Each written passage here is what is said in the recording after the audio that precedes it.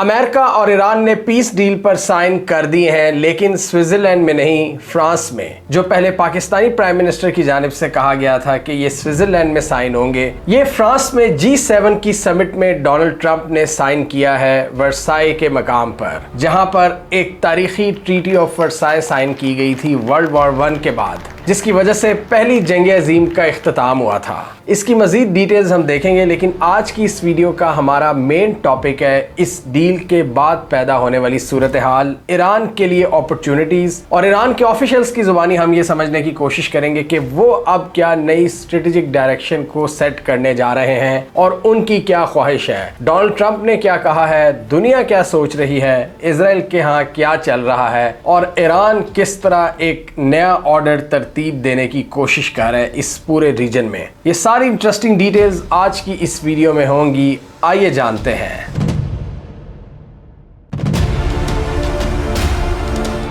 एक तरफ इस MOU को अमेरिकन प्रेसिडेंट ट्रंप ने साइन किया, दूसरी तरफ ईरानियन प्रेसिडेंट मसूद पेज़ेश्कियान ने इसको साइन किया, और उसके साथ ही पाकिस्तानी प्राइम मिनिस्टर शहबाज शरीफ ने भी इसको साइन किया। और इस मुआहदे के अंदर पाकिस्तान एक मेन मीडिएटर के तौर पर मेंशन्ड है। G7 की इस समिट के दौरान हमने देखा है डोनाल्ड ट्रंप की मुख्तलिफ लीडर्स के साथ इंटरेक्शन। G7 एक ग्रुपिंग है, ये पावरफुल ममालिक की जो कि ग्लोबल नॉर्थ को रिप्रेजेंट करते हैं, जिसमें America, France, Germany, Italy, Japan, UK और कनाडा शामिल हैं। और बाइडेन के दौर में हमने देखा है G7 किस तरह मिलकर चाइना और रूस पर अटैक किया करते थे, लेकिन अब G7 में से बहुत से ममालिक चाइना से हाथ मिला रहे हैं, लिहाजा अब चाइना के खिलाफ कोई वहां पर बात नजर नहीं आती। डोनाल्ड ट्रंप को भी कोई शौक नहीं है। तो ये तो एक बहुत बड़ी हमने सक्सेस देखी है पिछले कुछ सालों में कि G7 ने चाइना को लताड़ना छोड़ दिया है। जो बाइडेन के दौर में चाइना के पीछे ऐसे खड़े होते थे जैसे चाइना ने इनकी भैंस चुरा ली है, लेकिन अब ऐसी कोई बात नहीं है। अब ज्यादा इनको फिक्र लाहिक है तो रशिया यूक्रेन जंग की, जिसमें ये सारे G7 ममालिक अमेरिका की तरफ देखते हैं कि पाइन थोड़ी सी मदद करो रशिया यूक्रेन जंग में, और डोनाल्ड ट्रंप अपनी मस्ती में है। वो कमरे में एंटर होते वक्त कहते हैं आई एम द बॉस।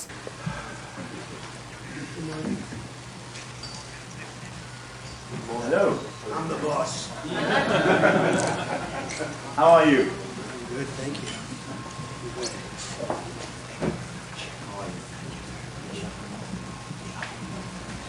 और साथ ही वो मुख्तलिफ वर्ल्ड लीडर्स को जुगते भी लगा रहे होते हैं। मोदी से भी उनकी मुलाकात हुई है। G7 में इंडिया तो नहीं है, लेकिन एज अ ऑब्जर्वर स्टेट वहाँ पर ये कुछ ममालिक को बुलाते हैं। तो ये अनएक्सपेक्टेड था कि ट्रीटी ऑफ वर्साई जहाँ पर साइन की गई थी वर्साई के मकाम पर, वहाँ पर ईरान और US के दरमियान ये जो MOU तरतीब पाया है वहीं साइन किया है डोनाल्ड ट्रंप ने इसको। और डोनाल्ड ट्रंप ने साथ ये भी कहा है कि अगर ईरान बाज ना आया तो हम एक बार फिर स्ट्राइक्स करेंगे। लेकिन मजे की बात यह है कि साथ ही उन्होंने ईरान की कुछ तारीफें भी की कि बहादुर लोग हैं, रैशनल लोग हैं और बड़े समझदार लोग हैं, और उनके साथ हम मिलकर आगे बढ़ेंगे। और साथ ही उन्होंने ईरान के मिसाइल सिस्टम को भी डिफेंड किया है। उन्होंने कहा कि ये फेयर नहीं होगा कि बाकियों के पास मिसाइल सिस्टम हो और ईरान के पास ना हो। तो यहां से आप देखें कि किस हद तक इन्होंने इजराइल को डिफाई किया है, जो हम शुरू से कह रहे थे। डोनाल्ड ट्रंप ने यहाँ सबसे बड़ी गलती ये की इस जंग में एंटर होने की। अगर ये एंटर ना होते तो इस लेवल की ह्यूमिलिएशन ना होती, और अब वो उसको मजाक के जरिए नॉर्मलाइज करना चाह रहे हैं, न्यूट्रलाइज करना चाह रहे हैं। और डोनाल्ड ट्रंप को इस जगह पर इनवाइट करने का idea French president Emmanuel Macron का था, लेकिन इस जगह पर डील को साइन करने का किसका आइडिया था ये अभी हमें नहीं पता, क्योंकि पहले ये बातचीत चल रही थी कि स्विट्जरलैंड में साइन होगी, जो कि पहले ही कर दी गई है। लेकिन स्विट्जरलैंड में क्या होगा, बातचीत का आगाज किया जाएगा। ये पाकिस्तान की बदौलत है कि 1979 के बाद पहली बार अमेरिका और ईरान आमने सामने बैठे हैं, फेस टू फेस बैठे हैं, और अमेरिका और ईरान के दरमियान पहली बायलैटरल डील हुई है। ये एक बहुत बड़ी चीज है। जो पहले जो ओबामा के दौर में हुई थी वो बायलैटरल नहीं, वो मल्टीलैटरल डील थी, जिसमें यूरोप, रशिया, चाइना सारे शामिल थे। इस बार अमेरिका और ईरान की फेस टू फेस बातचीत करवाई है पाकिस्तान ने। पाकिस्तान को क्रेडिट तो बनता है, और ये चीज हमें जहन में रखनी चाहिए कि ये कोई डील नहीं है, बल्कि एक प्लेज है कि हम मुज़ाकरात को आगे लेकर चलेंगे। 30 दिन से लेकर 60 दिनों तक एक पीरियड रखा गया है, और जो डिटेल्स हमने दी थी तकरीबन वही हैं जो हमने इस वीडियो में डिस्कस की थी कि 30 दिनों के अंदर इन दोनों के जो ब्लॉकेड है स्ट्रेट ऑफ हॉर्मूज और उसके आसपास, उनको ख़त्म किया जाएगा। ईरान के जो फ्रीज असासे हैं उनको अनफ्रीज किया जाएगा, जो कि एक अहम डेवलपमेंट है ईरान के लिए। और ईरान यहाँ पर पूरी दुनिया को बता रहा है कि किस तरह हम जीते हैं और इन टर्म्स को हम डिक्टेट कर रहे हैं, हमें पैसा भी मिलेगा। जो ट्रीटी ऑफ वर्साई 1919 में साइन की गई थी उसमें जर्मनी पर बहुत सी कदगने लगी थी। जर्मनी ने अपना कुछ एरिया कंसीड कर दिया था। जर्मनी को कहा गया था कि आप वॉर की कंपनसेशन दोगे $5 बिलियन के करीब, और अब आप हम पर हमला नहीं करोगे। तो ये एक ऐसी ह्यूमिलिएशन थी जिसने नाजी जर्मनी को जन्म दिया। हिटलर की पार्टी, वो सारी जो थिंकिंग थी वो इसी वजह से थी, इसी रिजेंटमेंट की वजह से कि हमारे साथ बुरा सलूक किया गया है इस ट्रीटी में और हमारे साथ धोखा किया गया है। तो वो बदले की जंग थी जिसकी वजह से हिटलर का राइज हुआ और वहां पर एक पॉपुलर मूवमेंट हमने देखी। और यहां बात करें तो ईरान को असासे देने की बात हो रही है। इसके बदले क्या है कि ईरान न्यूक्लियर वेपन्स नहीं बनाएगा, और न्यूक्लियर के हवाले से तो अभी डिस्कशन स्टार्ट होनी है। इसमें बहुत से पेचीदा पॉइंट्स हैं। रूबियो साहब पहले ही कह चुके हैं कि बड़ा एक कॉम्प्लेक्स मरहला है जिसमें कई महीने लग सकते हैं। इसमें क्या है कि एक तो ईरान की एनरिच यूरेनियम है, उसका फ्यूचर क्या होगा, फिर ईरान की जो करंट कैपेबिलिटीज हैं जिनको यूएस ने काफ़ी तबाह भी किया है स्ट्राइक्स कर करके, तो ईरान क्या पीसफुल मकासद के लिए जारी रखेगा या नहीं। और जो वेपन बनाने वाली बात है उससे तो ईरान पहले दिन से ही कह रहा है कि वो हम नहीं बनाएंगे, लेकिन पीसफुल मकासद के लिए हम न्यूक्लियर एनर्जी का इस्तेमाल करेंगे, उसको परसू हम करेंगे, वो हमारा राइट है। अब यहाँ ईरान के लिए एक बहुत बड़ी ओपनिंग है। ईरान यहाँ पर अपने लिए बहुत कुछ देख रहा है, एक नई स्ट्रेटेजिक डायरेक्शन को वो डिफाइन करना चाहता है। और यहाँ पर ईरान के लिए जो सबसे अहम मुल्क है वो है चाइना।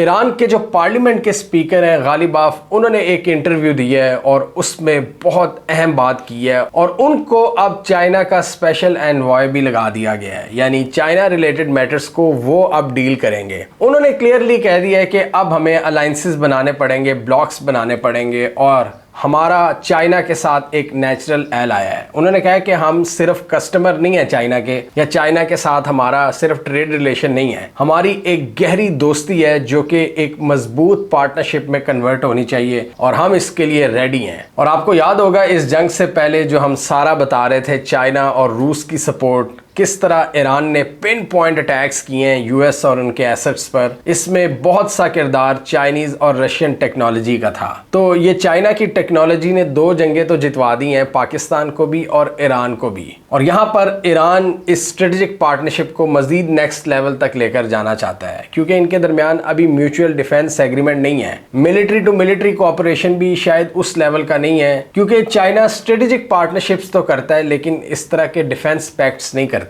तो यहाँ पर ईरान की ये ख्वाहिश है कि चाइना के साथ जो स्ट्रेटेजिक पार्टनरशिप है उसको मजीद नेक्स्ट लेवल तक लेकर जाया जाए। चाइना ये कहता है कि स्ट्रेटेजिक पार्टनरशिप के जरिए हम अपनी एक दूसरे की कैपेबिलिटीज को इंक्रीज करेंगे, ट्रेड बढ़ाएंगे, असलहा देंगे, यानी ट्रेड करेंगे, ये नहीं कि आपको फ्री में देंगे, लेकिन ऑब्वियसली ट्रेड होगी, आप हमें तेल दोगे। तो इस तरह एक दूसरे की कैपेबिलिटीज बढ़ाई जाएंगी, ज्वाइंट ट्रेनिंग प्रोग्राम्स होंगे और एक दूसरे को सपोर्ट की जाएगी। तो चाइना का ये तरीका है। ईरान यहाँ पर शायद अब कुछ ज़्यादा एक्सपेक्ट कर रहा है चाइना से, और ईरान ये भी चाहता है कि चाइना और ईरान के दरमियान 2020 में जो 25 साला एग्रीमेंट हुआ था उसको स्पीड अप किया जाए। और उसमें मेन चीज़ थी ईरान की ऑयल सप्लाईज जो कि चाइना तक जाती रहेंगी, क्योंकि चाइना एक बहुत बड़ी मार्केट है। तो उसमें उन्होंने ये चीज़ सिक्योर की थी। इससे ईरान को रेवेन्यूज आएंगे, चाइना की जो एनर्जी ज़रूरियात है वो पूरी होंगी। तो वहाँ पर ये थोड़ी सी तेज़ी चाहते हैं ईरानियंस। उसके बदले इनको जो पैसा मिलेगा उससे ये अपनी इकोनॉमिक कंडीशंस को बेहतर करेंगे। लेकिन यहाँ पर दूसरे अरब ममालिक भी आते हैं जिनकी चाइना के साथ डील्स हैं। चाइना ने सऊदी अरब के साथ भी डील साइन की हुई है, बाकी अरब ममालिक से भी वो ऑयल एंड गैस लेता है, क्योंकि चाइना भी डाइवर्सिफिकेशन करता है जिस तरह भारत ने किया हुआ, जो पाकिस्तान ने नहीं किया हुआ। पाकिस्तान ने बहुत मखसूस किस्म के क्लाइंट्स रखे हुए हैं जिनसे वो तेल लेता है। ईरानियन ऑयल, रशियन ऑयल, यहाँ पर उनको हम ज्यादा रिफाइन नहीं करते। लेकिन चाइना और इंडिया चूंकि बहुत बड़ी पॉपुलेशन है, वैसे छोटा तो पाकिस्तान भी नहीं है पॉपुलेशन वाइज, लेकिन उनको पता है कि 1 अरब से ज्यादा आबादी को मैनेज करने के लिए जरूरी है डाइवर्सिफिकेशन। तो ईरान के साथ साथ उनकी अरबों से भी डील्स हैं, और बाकी जो ऑयल रिच कंट्रीज हैं जैसे कि रूस, उनसे भी उनकी एक ट्रेड चलती रहती है। तो चाइना के लिए ईरान के साथ साथ बाकी अरब ममालिक भी इंपॉर्टेंट हैं, लेकिन ईरान के साथ जो स्ट्रेटेजिक पार्टनरशिप है वो थोड़ी सी ज़्यादा है उनके मुकाबले में, और इसलिए चाइना ने इनको फुली बैक भी किया है, इनको डिप्लोमेटिकली भी फुल सपोर्ट प्रोवाइड की है। इससे हमें पता चलता है कि किस तरह ईरान एक नई स्ट्रेटेजिक डायरेक्शन इस जंग के बाद डिफाइन करना चाहता है। वो वहां पर एक सेलिब्रेटरी मोड है। वो ये क्लेम कर रहे हैं कि हमने अकेले अमेरिका और इजराइल की पावर को शिकस्त दी है, जिनका एक इमेज था इनविंसिबिलिटी का, हमने उस इमेज को शैटर किया है। हमने अकेले इस पूरे रीजन में यूएस मिलिट्री बेसिस को तबाह किया है और इनको नकारा बनाया है, ये हमने खुद किया है। तो यहाँ पर ईरानियंस का एक प्राउड हमें क्लियर कट नजर आ रहा है, और इसकी वजह से एक्सपर्ट्स के मुताबिक नई स्ट्रेटेजिक डायरेक्शन डिफाइन होगी, नए नए फैसले किए जाएंगे, और यहाँ पर बहुत सी नई ओपनिंग्स खुलेंगी और दूसरे ममालिक के लिए भी, जैसा कि पाकिस्तान है, जैसा कि सऊदी अरब है, जैसा कि तुर्की है। और अगर हम बात करें विजनरी अप्रोच की, तो सऊदी अरब इसको पहले ही डिस्प्ले कर चुका था, जो 2021-22 में इन्होंने ताल्लुकात दुरुस्त किए ईरान से। और ईरान ने भी अक्सर ये जगहों पर कहा है कि जिन जिन अरब ममालिक के ऊपर हमने स्ट्राइक्स की हैं, हम उनके साथ ताल्लुकात दोबारा बहाल कर लेंगे। तो इससे हमें एक और नई चीज़ समझ आती है कि एक नया पैक्ट इन अरब ममालिक और ईरान के दरमियान क्रिएट हो सकता है, जो कि इस वीडियो में हमने डिस्कस किया था कि सऊदी राइटर्स अब क्या इशारे दे रहे हैं कि एक सिक्योरिटी पैक्ट इस रीजन में ये ईरान के साथ कर सकते हैं, नॉन एग्रेशन पैक्ट। और इसके अलावा जो दूसरी मिलिट्री पावर्स हैं उनको मौका मिलेगा यहाँ पर अपने मिलिट्री और स्ट्रेटेजिक इन्फ्लुएंस को इंक्रीज करने का, जैसा कि पाकिस्तान है जो कि इन अरब ममालिक को सिक्योरिटी प्रोवाइड कर सकता है, नई गारंटीज दे सकता है, नए मुआहदे कर सकता है, क्योंकि अमेरिका का इन्फ्लुएंस कम होगा डोनाल्ड ट्रंप के अंडर। ये कल की वीडियो में हमने डिस्कस किया था कि किस तरह अमेरिका ने यूएस इंडो पैसिफिक कमांड का नाम चेंज किया है और वापस यूएस पैसिफिक कमांड रख दिया, यानी भारत को निकाल दिया है। भारत को खुश करने के लिए ये नाम चेंज किया था इन्होंने 2019 में, जिसको आज वापस इन्होंने यूएस पैसिफिक कमांड रख दिया है। इससे हमें क्या पता चलता है, यूएस की एक रिट्रीट अप्रोच कि वो इस इलाके से अब निकल रहे हैं। और ये जो जंग थी, ये ग्लिच इन द मैट्रिक्स थी डोनाल्ड ट्रंप की ग्रैंड पॉलिसीज में। डोनाल्ड ट्रंप की ग्रैंड पॉलिसी में मिडिल ईस्ट में जंग करना नहीं शामिल था, ना ही यूक्रेन में इन्वॉल्व होना रशिया के खिलाफ। वो इन एडवर्सरीज के साथ ताल्लुकात में बेहतरी चाहते हैं, चाहे ईरान हो, चाहे रूस हो, चाहे चाइना हो। तो अमेरिका की जो सारी स्ट्रेटेजिक थिंकिंग थी, डोनाल्ड ट्रंप उसके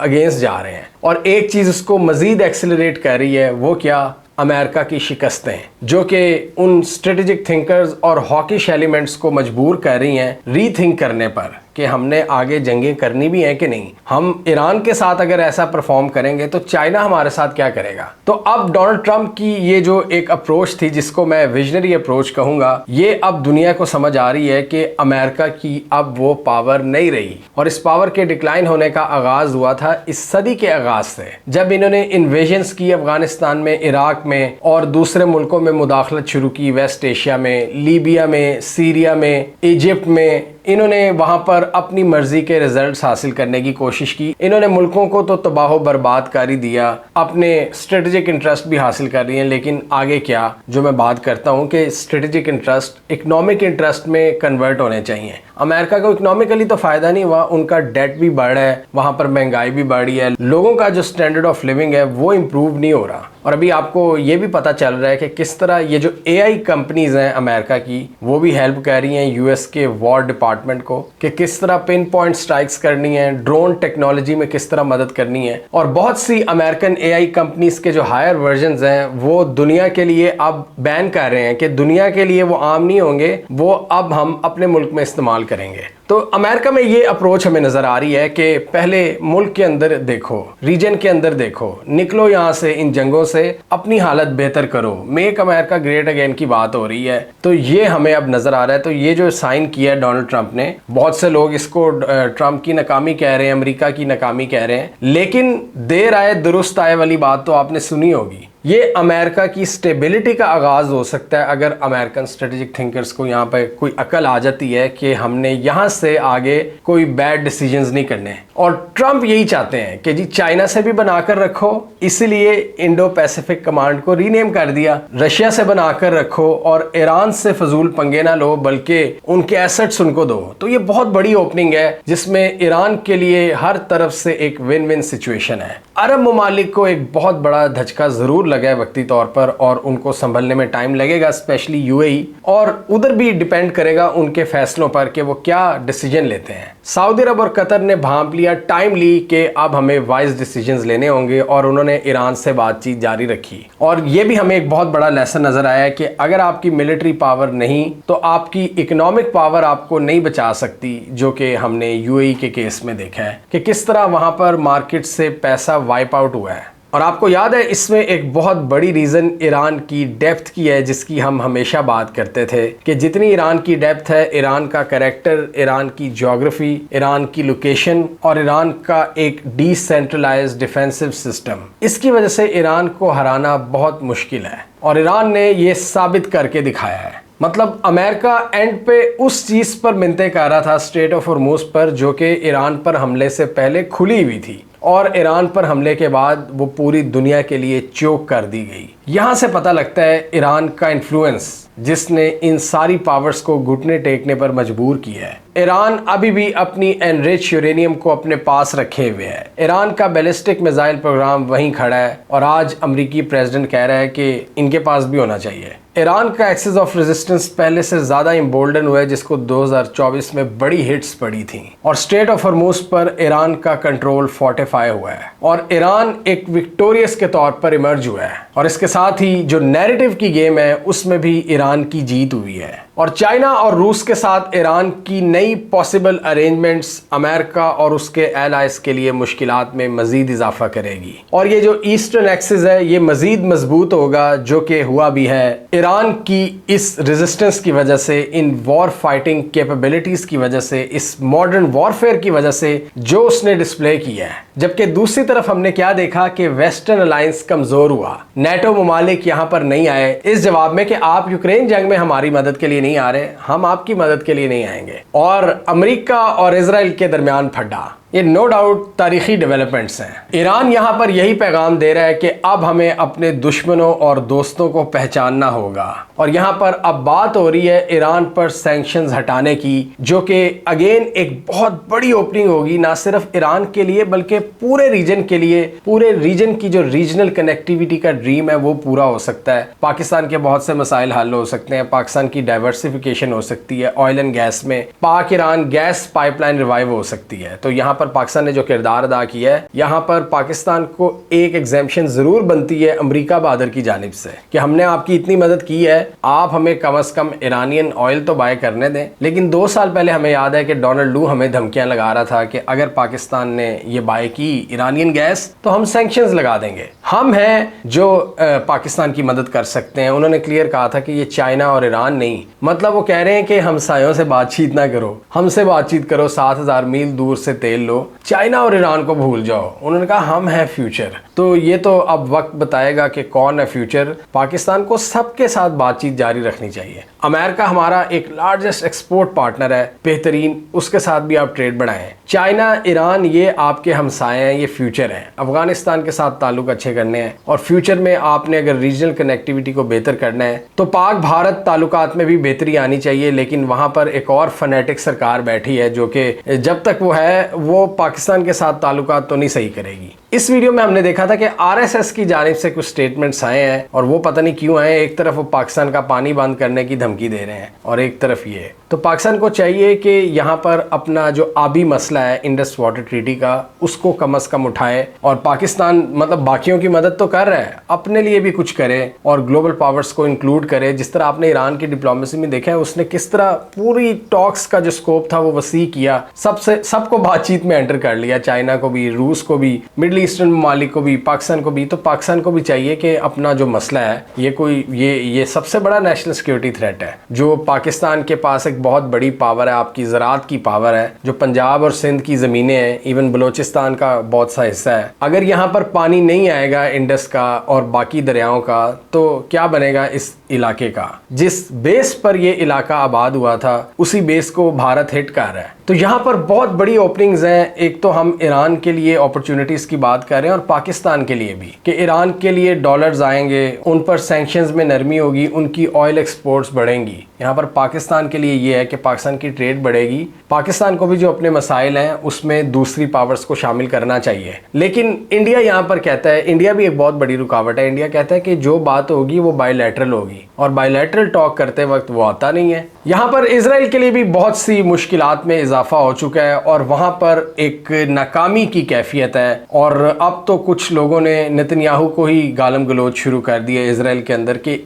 इसकी पॉलिसीज़ की वजह से आज हम इस नहज तक पहुंच चुके हैं कि अमेरिका हमें डिक्टेट कर रहा है। ये पहली बार हो रहा है। मतलब आपको याद है बाइडेन वगैरह किस तरह जाया करते थे इजराइल, पूरी सपोर्ट देते थे, और अमेरिका जाकर प्रेस के सामने कहते थे कि नेतन्याहू गलत कर रहा है। डोनाल्ड ट्रंप पूरी दुनिया के सामने डंके की चोट पर कह रहे हैं कि नेतन्याहू गलत कर रहा है और इसकी पॉलिसीज दुरुस्त नहीं है। और यहाँ पर अमेरिका और इजराइल के दरमियान जो एक खलीज है, वो खलीज की इस जंग से मजीद वाज़ह हो गया है। यहाँ पर एक और मसला फंसा हुआ है लेबनान के हवाले से, जहाँ पर इजराइल की कार्रवाइयाँ ख़त्म नहीं हो रही, और ईरान ने ये क्लियर कट कह दिया है कि अगर इजराइल लेबनान में अपनी कार्रवाइयों से बाज ना आया तो हम ये मुआहदा तोड़ देंगे। ईरान का भी इस बार जो रवैया है वो बड़ा स्ट्रेट फॉरवर्ड है, और उसने पहले 3 दफ़ा देखा है, जो 3 बार इनको धोखा मिला है। ईरान कह रहे हैं कि इस बार हम भी मुआहदा तोड़ने में देर नहीं लगाएंगे, पहले आपने तोड़े हैं, इस बार हम तोड़ेंगे। ईरान के लिए जो सबसे बड़ा चैलेंज है वो है इस वक्त इजराइल की लेबनान में कार्रवाइयाँ, क्योंकि एक तरफ ईरान अपनी इकोनॉमी को रिवाइव करना चाहता है, और अगर ये सीज फायर होल्ड ना किया तो ईरान को हमले करना पड़ेंगे, जिससे जंग रिज्यूम होने का खतरा है और एस्केलेशन बढ़ने का खतरा है। तो यहाँ पर इजराइल की ये कोशिश होगी कि ईरान को प्रोवोक किया जाए और इस जंग को दोबारा रीस्टार्ट किया जाए। इजराइल को बहुत से यूरोपियन पार्टनर्स ने भी डिच करा दिया है, और आजकल इजराइल ये जो काया क्लास जिनका पाकिस्तान में विजिट हुआ था, यूरोपियन कमीशन की जो टॉप ऑफिशियल हैं, उनके खिलाफ भी इजराइल की स्टेटमेंट्स आ रही हैं कि ये इजराइल की तरफ एम्पैथी क्यों नहीं शो कर रही। इजराइल के एक्शंस ही ऐसे हैं कि सारी दुनिया उनको लताड़ी है और इजराइल वापस उन ऑफिशियल्स को लताड़ता है। इजराइल के पास इस वक्त सिर्फ एक क्रेडिबल पार्टनर रह गया है और वो है भारत, और यूएई भी इतना खुलकर सामने नहीं आ रहा जितना भारत खुलकर सामने आ रहा है। तो भारत और इजराइल दोनों एक दूसरे के लिए रह गए हैं, और हम ये उम्मीद करते हैं कि ये जोड़ी बड़ी ज़बरदस्त तरीके से आगे चले। एक और मसला अमेरिकन सैंक्शंस के अलावा यूरोपियन सैंक्शंस का भी है ईरान पर, जिनको यूरोप इतनी आसानी से नहीं ख़त्म करेगा। और मगरबी दुनिया को ये समझना चाहिए कि ईरान के खिलाफ जो इनका एक पैरानोया है उसको कम करने की ज़रूरत है। अब इनको नज़र आ जाना चाहिए कि असल अग्रेसर कौन है। कहाँ पागलपन हमें नजर आता है वो है इजराइल। इसलिए उनको चाहिए कि ईरान से अब बातचीत करे, जिस तरह स्पेन ने आगाज किया है ईरान से बातचीत का।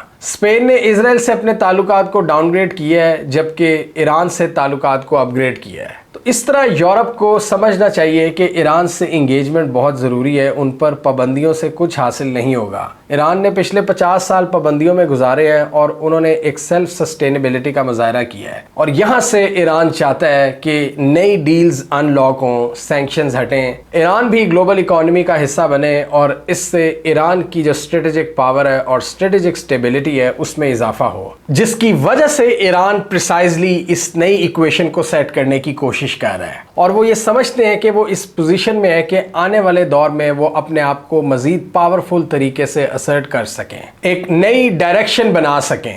हमें कमेंट सेक्शन में बताइए आपके ख्याल में ईरान ये मकसद अचीव कर सकता है। अगर ना भी करे तो ईरानियंस को इस बात का कॉन्फिडेंस है कि हम बेहतर तरीके से सरवाइव कर सकते हैं। लेकिन अब जो ग्लोबल सिस्टम में ईरान को शामिल करने की बातचीत चल रही है और ईरान का एक मजीद ग्रेटर रोल होगा इस पूरे रीजन में, क्या आप ऐसा होता हुआ देख रहे हैं जिसमें अरब ममालिक ईरान के साथ नए सिक्योरिटी पैक्ट्स करेंगे और ईरान की ट्रेड में इजाफा होगा और इसराइल के इन्फ्लुएंस में कमी आएगी? कमेंट कीजिए। इसके अलावा हमारा यूट्यूब चैनल सब्सक्राइब कर लो, साथ ही वो बेल आइकॉन भी दबा लें ताकि वो स्टोरीज दुनिया भर से और पाकिस्तान से जिनकी मेन स्ट्रीम मीडिया पर प्रॉपर कवरेज नहीं होती हमारे प्लेटफॉर्म के थ्रू आप तक टाइम पर पहुंच जाए।